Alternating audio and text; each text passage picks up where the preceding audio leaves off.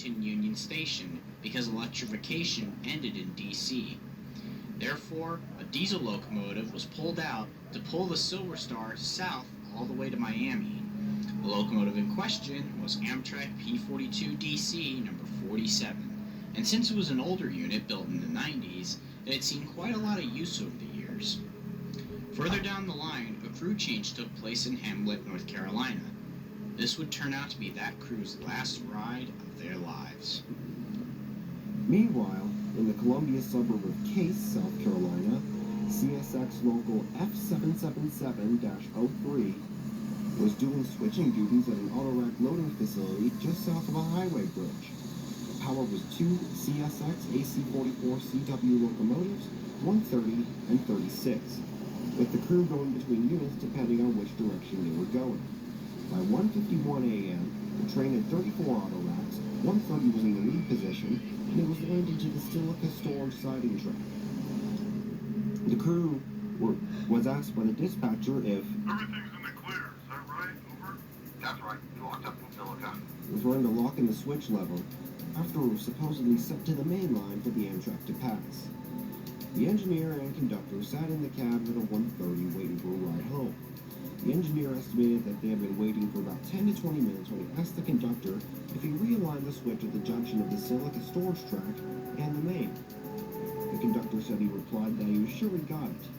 The conductor then requested engineer to turn on the 130's headlights to verify the position of the Silica storage track switch.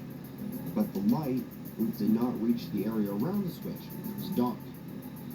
There also wasn't a target. It spun when the switch was thrown, as normally you would see it if the switch was open, or in this case, the wrong way.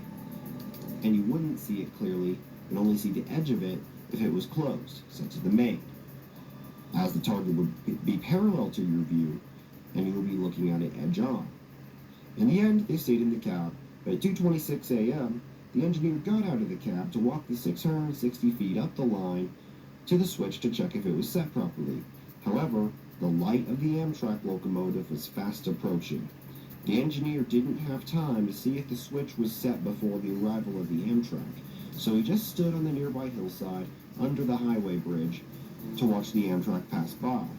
However, both of the CSX crew were in for a shock when the Amtrak instead entered their siding that their train was parked in. They knew a collision was imminent, and the CSX conductor ran out of the cab and bailed off the locomotive, while the engineer ran up the hill he was on to avoid being hit by debris or falling rail equipment.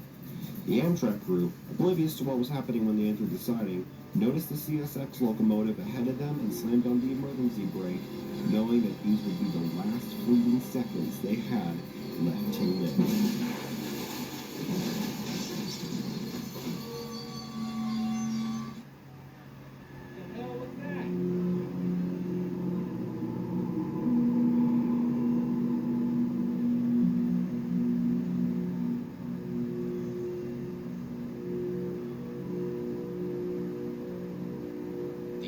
Slammed into the CSX 27 seconds after 2:27 a.m., launching the P42 into the air and over the top of 130 and onto its left side beside the autorack train.